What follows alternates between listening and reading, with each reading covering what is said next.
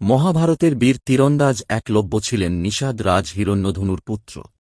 ধনুর্বিদ্যা শেখার ইচ্ছায় তিনি গুরু দ্রোণাচার্যের কাছে গেলে নিষাদ পুত্র বলে দ্রোণ তাঁকে শিষ্য করতে অস্বীকার করেন।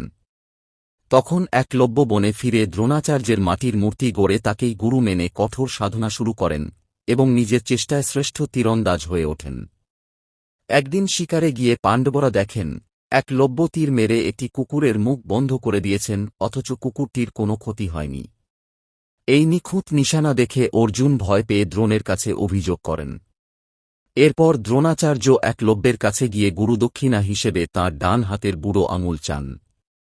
গুরুর প্রতি অগাধ ভক্তিতে একলব্য হাসিমুখে নিজের আঙুল কেটে গুরুকে দান করেন। বুড়ো আঙুল হারিয়ে তিনি আগের মতো তীর চালাতে না পারলেও ধনুর্বিদ্যা ত্যাগ করেননি। পরে কুরুক্ষেত্র যুদ্ধে তিনি কৌরবদের পক্ষে যোগ দিয়ে শ্রীকৃষ্ণের হাতে মারা যান। একলব্যের আন্তরিক চেষ্টা, গুরুভক্তি ও আত্মত্যাগ আমাদের শেখায় যে সত্যিকারের সাধনা ও ভক্তি থাকলে কোনো বাধাই বড় নয়।